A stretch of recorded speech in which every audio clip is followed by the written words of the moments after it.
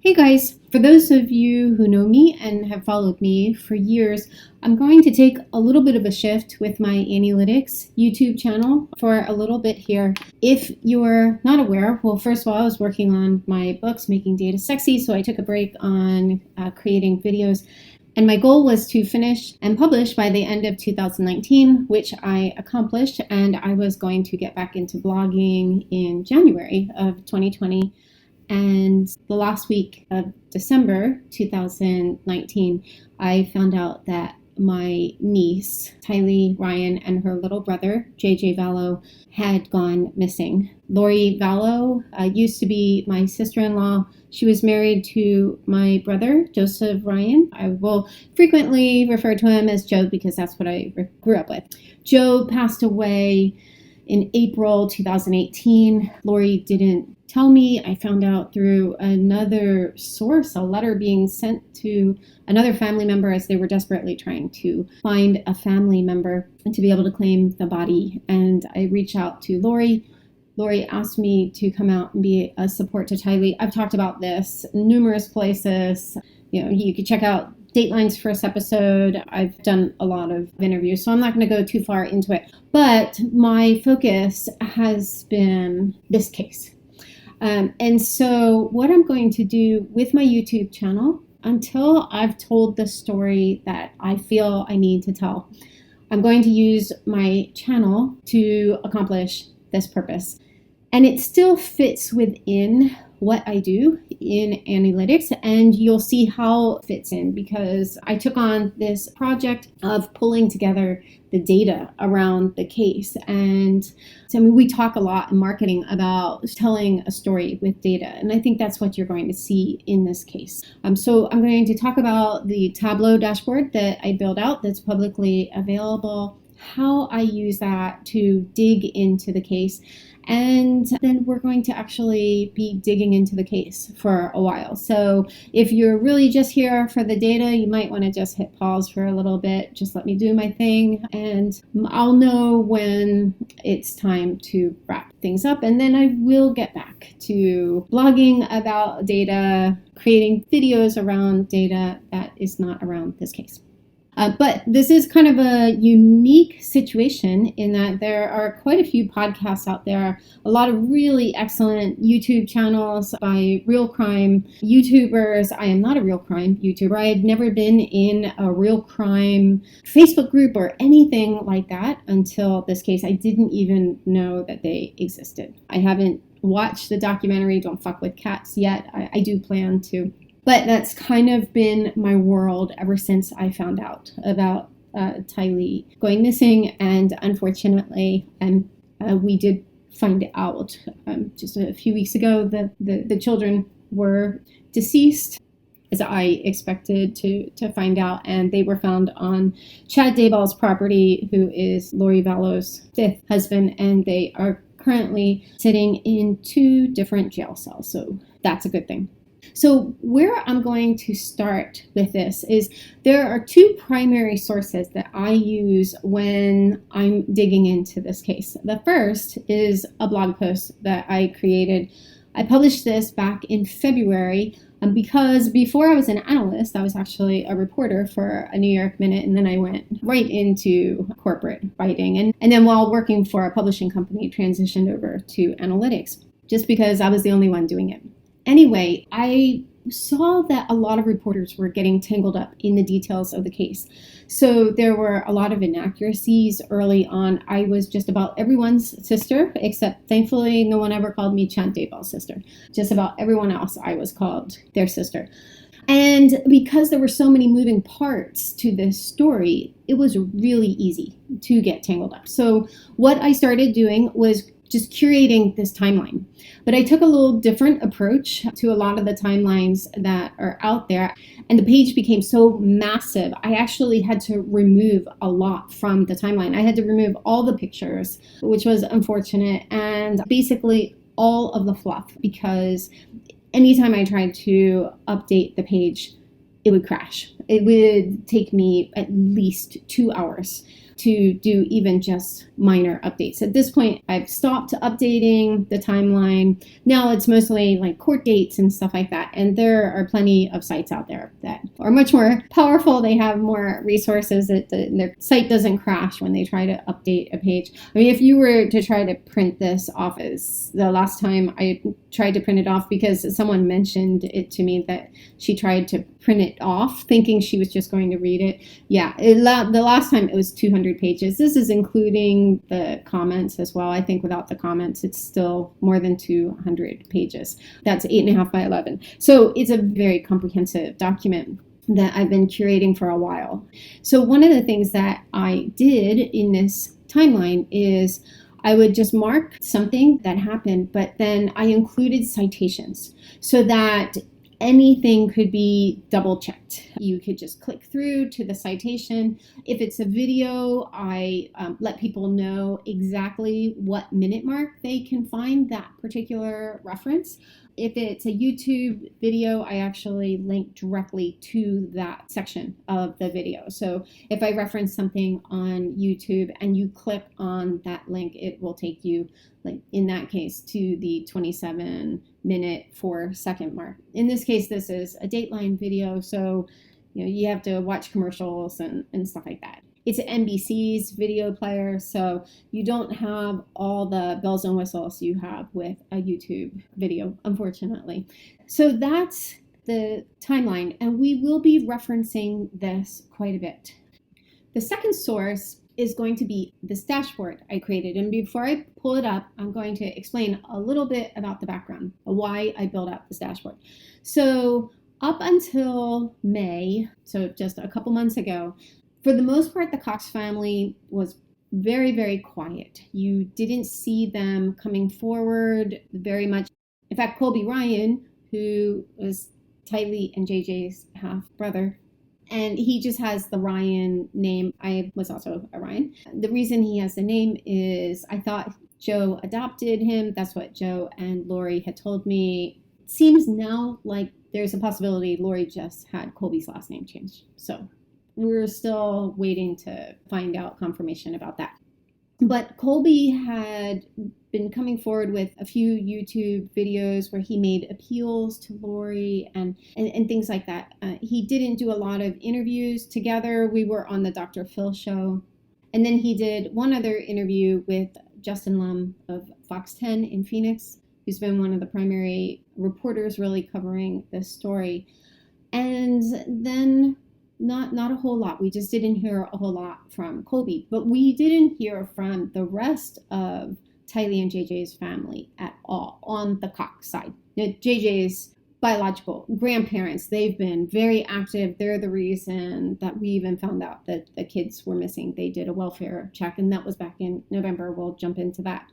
But the Cox family it was radio silence. The grandparents weren't making statements, aunts, uncles, just kind of nothing. And then all of a sudden, in May, there was this blitzkrieg of interviews where the Cox family was doing all kinds of interviews. And there were a lot of contradictions in what they were saying. They were contradicting each other. They were contradicting some of the facts that had already come out in different court documents. And then some of their statements were just absolutely impossible to believe. The common denominator across these statements is that basically Lori was a fantastic mother. She was pure as the driven snow. She would never have hurt her kids. The kids are in hiding. This is just a custody battle. She was just concerned for their safety, etc., etc. So it was definitely already a day late and a dollar short, but then it was very kind of discordant. And it concerned me because just from watching real crime TV shows, so that's the extent of my experience with real crime, I do know that when there are lots of details and moving parts like this, it can be really easy for the jury to get really caught up in it and for the trial to just end in a hung jury. So that was my concern.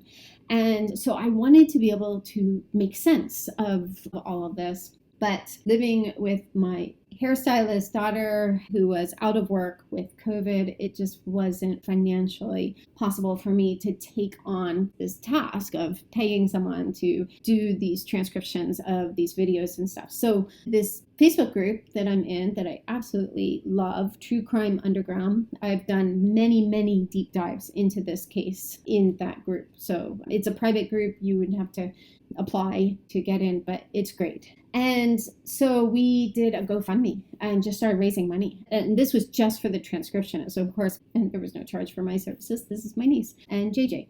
So we just started transcribing all of these videos and adding extra data points to these videos. And it resulted in this. So my favorite dashboard tool is a tool called Tableau, and that's what you're looking at here. And so basically any column in the data potentially became a filter in the dashboard. And so we just started adding more and more columns to this data so that we could kind of get our arms around, I should say we, because other people are also using this dashboard now, but I'll just focus on myself. I really wanted to be able to kind of get my hands around this case and to be able to perform searches across multiple sources. And so I'm going to adjust this because, yeah, so it looks like I can't be in full screen mode or some of the dashboard gets cut off. So it is not quite as pretty, but I don't want the dashboard to be cut off. However, I will get rid of the sidebar.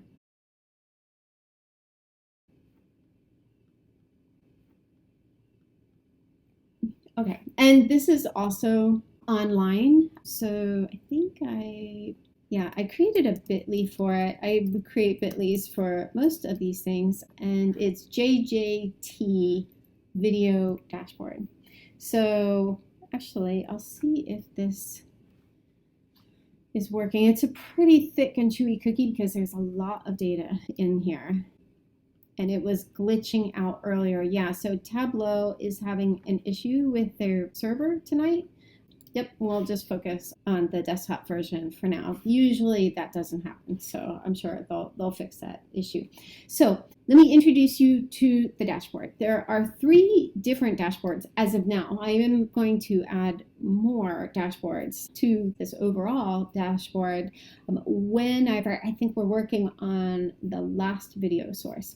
And when I have all the videos in there, I plan to also create some visualizations. So that'll be kind of cool.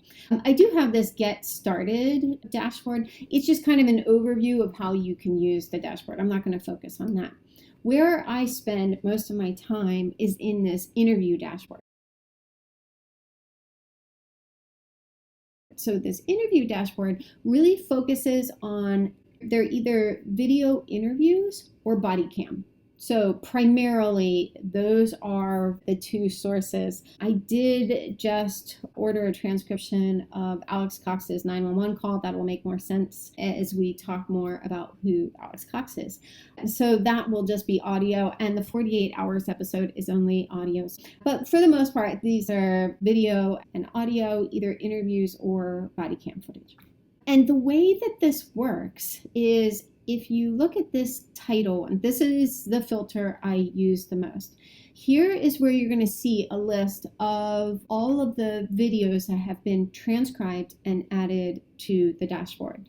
So by default, this is not very useful because what we're looking at is all of the videos. And so that's not going to be very helpful. That is helpful if you're doing a filter, but we'll get to filters in a minute.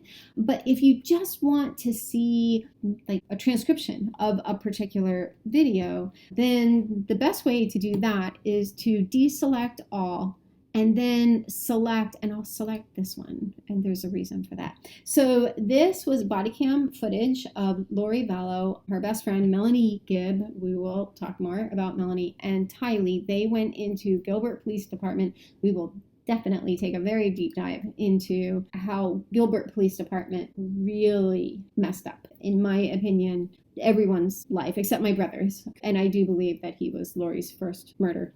But I do believe that everyone else who died after Joe could have been saved if Gilbert had done their jobs. So again, we'll get to that more, but this was their interview. So I'm just going to kind of give you a lay of the land. The way that this works is in this far left column, you'll see the minute mark, and then you'll see the title of the video. And this is where it gets kind of cool. So we created a column to identify who is speaking. This is very important because then by having that in the data, we're able to filter by that. And so you can see up here under the people section, there's a filter for person speaking. Ignore that girl. Actually, I do terrible interviews. You don't want to listen to my interviews. But you can see here all the different people who are included. And there are sometimes I might just remember one or two words someone said. And so I'll drop those in the filter over here. Talk more about that in a minute. But sometimes all I can remember is one person said something about another person. And so that's where these people filters are really, really useful. Let's deselect all and let's select anytime. We'll say Janice Cox, that is Lori's mother, talked about, we'll say the kids, and that is specifically JJ and Tylee. Oh, and we need to close out of that filter. So now you can see we have anytime Janice Cox talked about the kids. And so obviously this column is going to be all Janice Cox, and she only did one interview, so it will only be references to that interview. But another thing I'll point out while we have this selected is that when you choose particular filters, it will limit your options in other filters, and that just makes it easier for you to filter. So for example, so part of her interview with her other daughter, Summer Shiflett, ended up in 48 hours, and part of it was in this separate interview with Morgan Lowe. So both of those files are included. If you wanted to just narrow it down to just the Morgan Lowe interview, then you can do that. But you'll notice that you don't have all of the titles to choose from. So that's a little housekeeping there. I'm actually going to close out of this filter and set that back to all. And we are going to go back to the Lori, Melanie Gibb, and Tylee interview. By the way, Tylee should have never even been in this interview, but we'll get to that.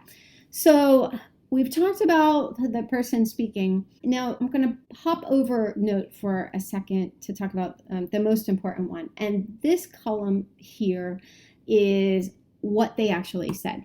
So what we did was we set a character limit just so that we wouldn't have really long transcriptions packed into a cell. And also anytime someone new speaks, that's a new row. So if you pass a particular character limit, we start a new row. But also since there is conversation going back and forth, obviously when we switch back and forth here between law enforcement and Lori, or Lori and Melanie, or law enforcement and Tylee, you're going to see a new row appear.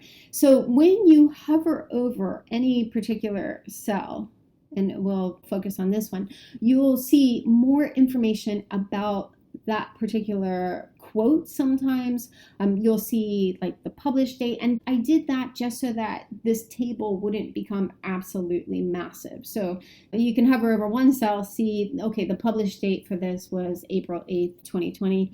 It's the theme we'll get to in a minute, but then I also provide the source and the URL. Now, I didn't want people to have to try to remember a long URL, so I use something called shortened URLs, or bit.ly URLs, and I tried to make them as intuitive as possible so that you can just type into your browser, like in Chrome, bit.ly/LMT for Lori, Melanie, Tylee, and GPT. for Gilbert Police Department. And then you'll also see the person speaking. And we also created a column for who was being spoken about. And that's what powers this filter here.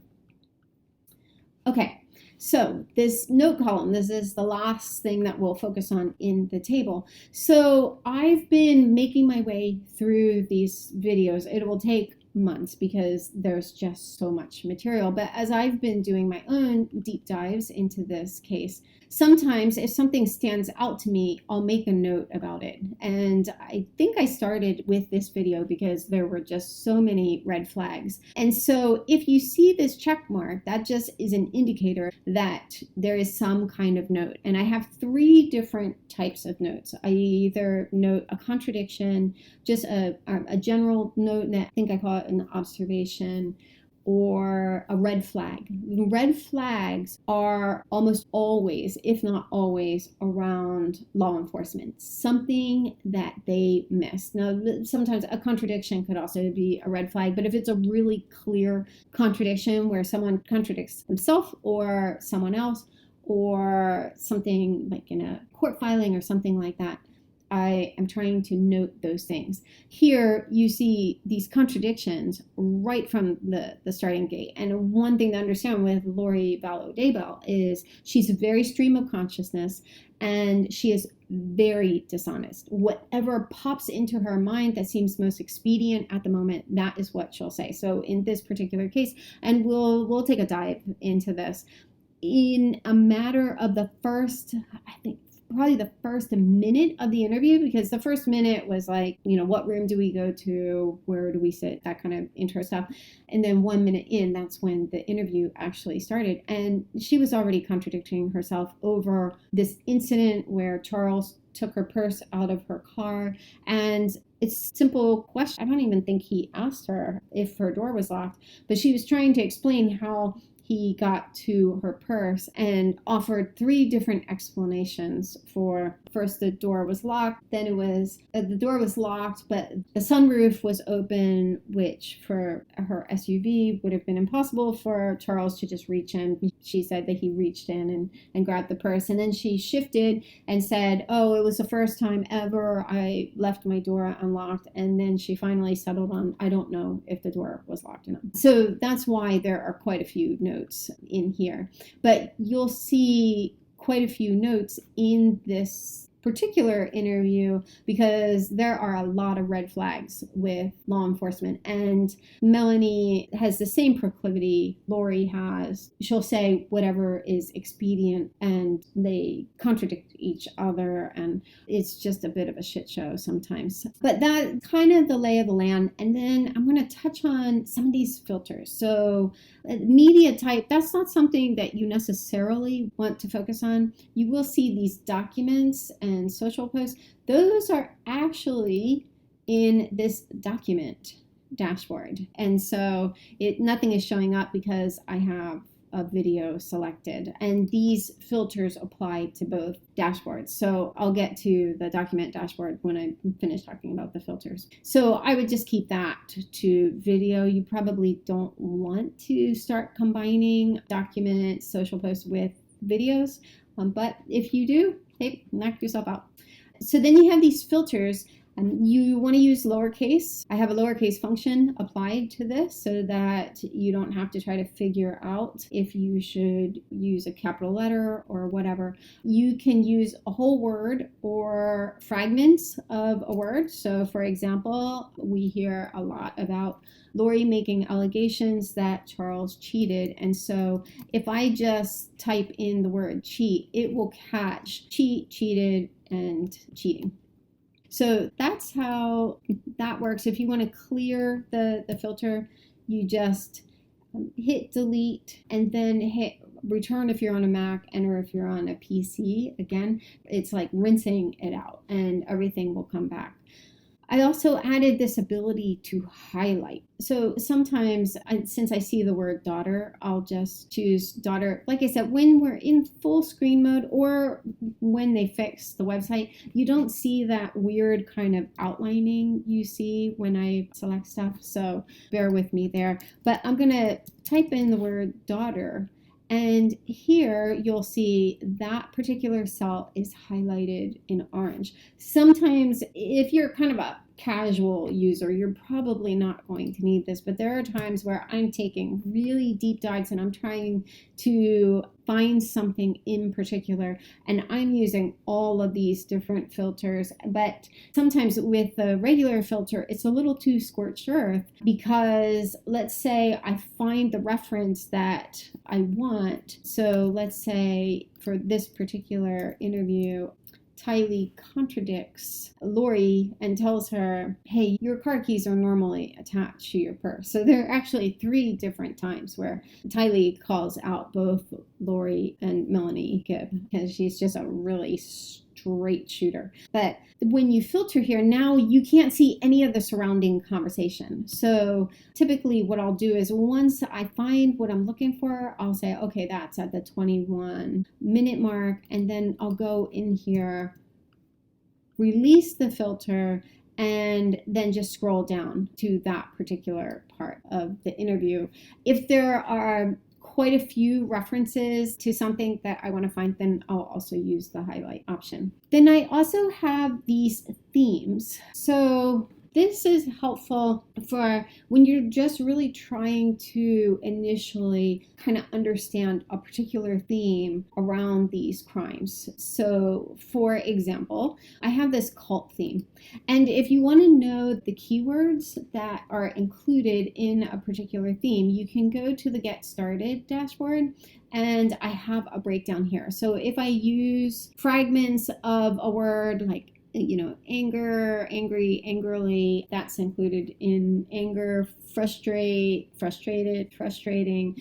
In reality, I'm using something called regular expressions, but I was just trying to put that in kind of layman's terminology so that you can look at this and say, okay, so in the cult theme, you're going to see words like probation, because these cult members believed in multiple lives, which they called probations. And they, believe it or not, and they espoused this idea that basically anyone they wanted to murder, they just had to say that this person had been overtaken by an evil spirit and they became a zombie. And then that's how they justified murdering even children.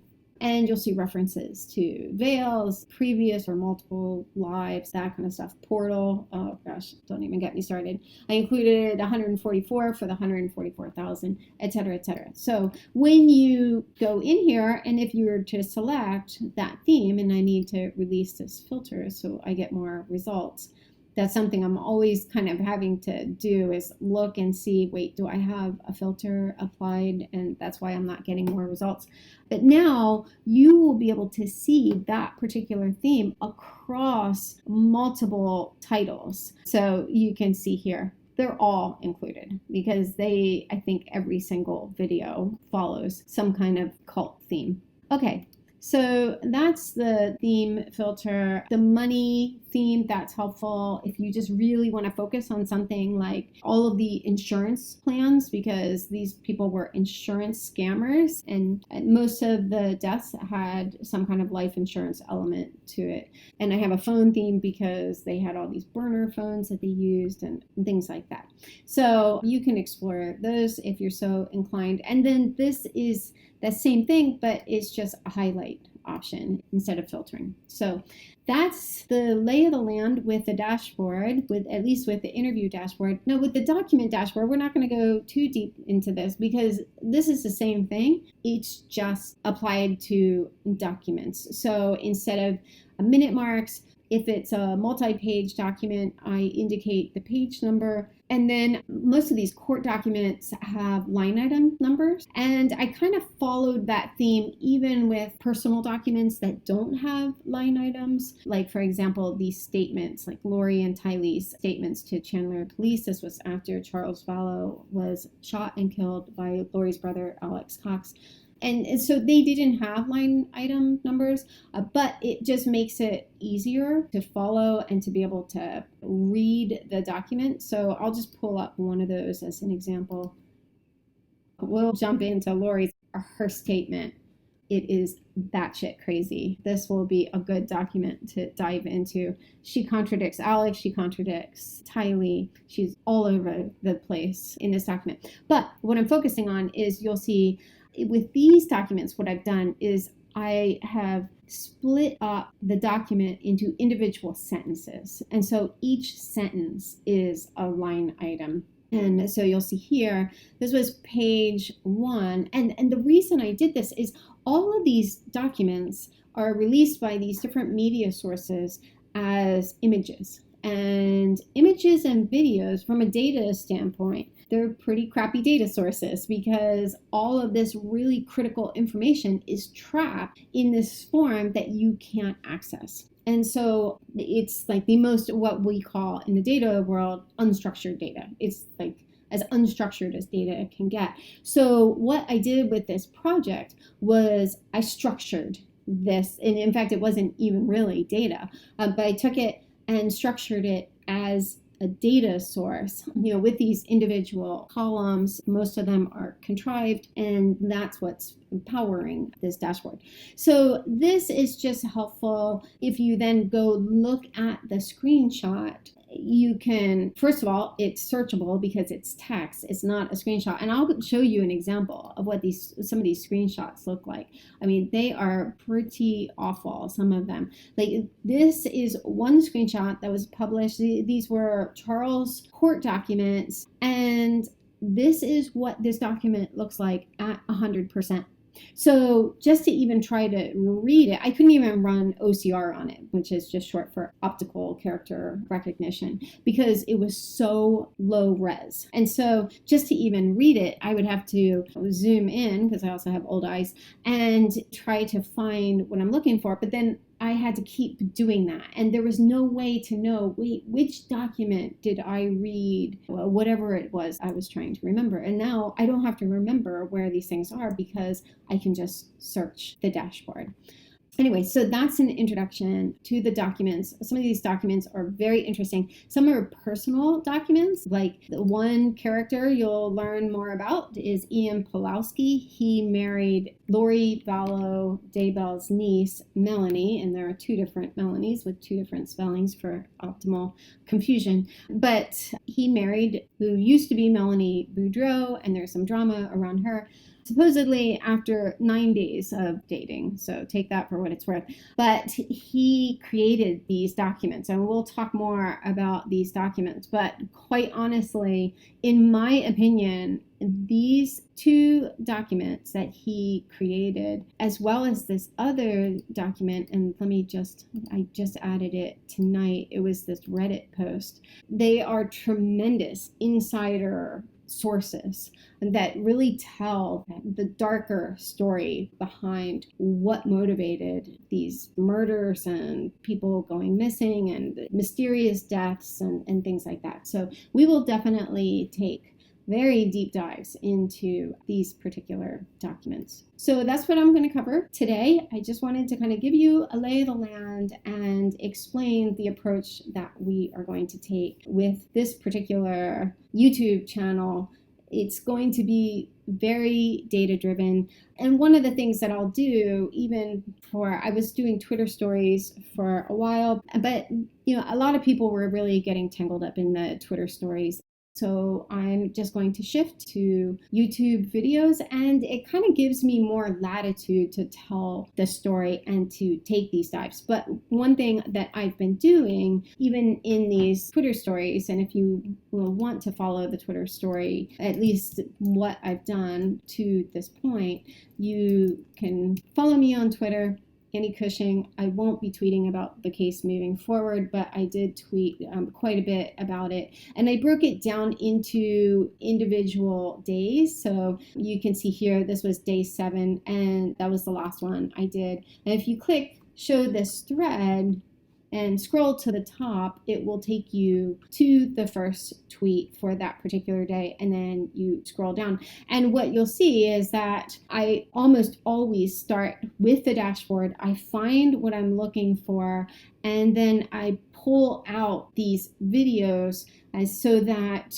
you're not having to go to the videos and try to find it. I'm showing exactly what is relevant and screenshots and things like that. So now I'm just going to be taking that and doing the same thing here in YouTube. So when we actually start diving into the story, which we will in the next video, I will have these videos queued up, and we're going to use some of these video interviews as well as some of these documents. I'll just have them queued up and we'll dive in.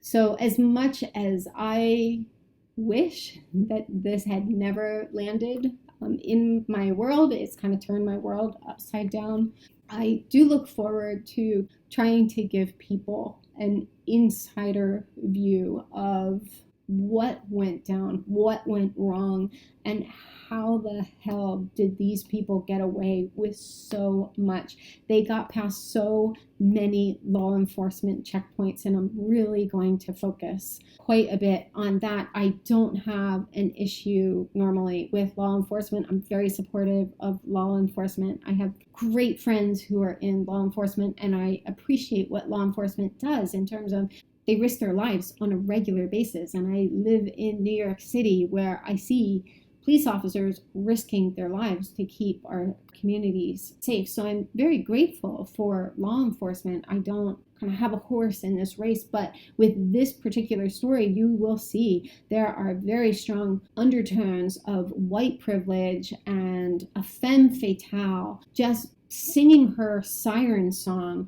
and you see law enforcement just become intoxicated by it. So she will actually admit to pretty heinous things with no reaction from law enforcement. And so the reason I believe that this group was actually able to get the traction that they got to actually become kind of serial killers is early on, law enforcement just let way too much pass through their fingers and really didn't do their due diligence to protect people who were in particularly Lori and Chad's crosshairs, and then actually pursue these cases to try to bring these people to justice. So by the time everything surfaced, it was really a day late and a dollar short. So we will cover that, hopefully with some kind of redemptive purpose. I do hope that law enforcement will learn from this incident. I hope that protocols will either be put in place or actually enforced to ensure that law enforcement isn't just taken in by a beautiful woman who's charming and affluent and all of those things that can be compelling. So anyway, this is our intro, and I look forward to taking a deep dive in the next video.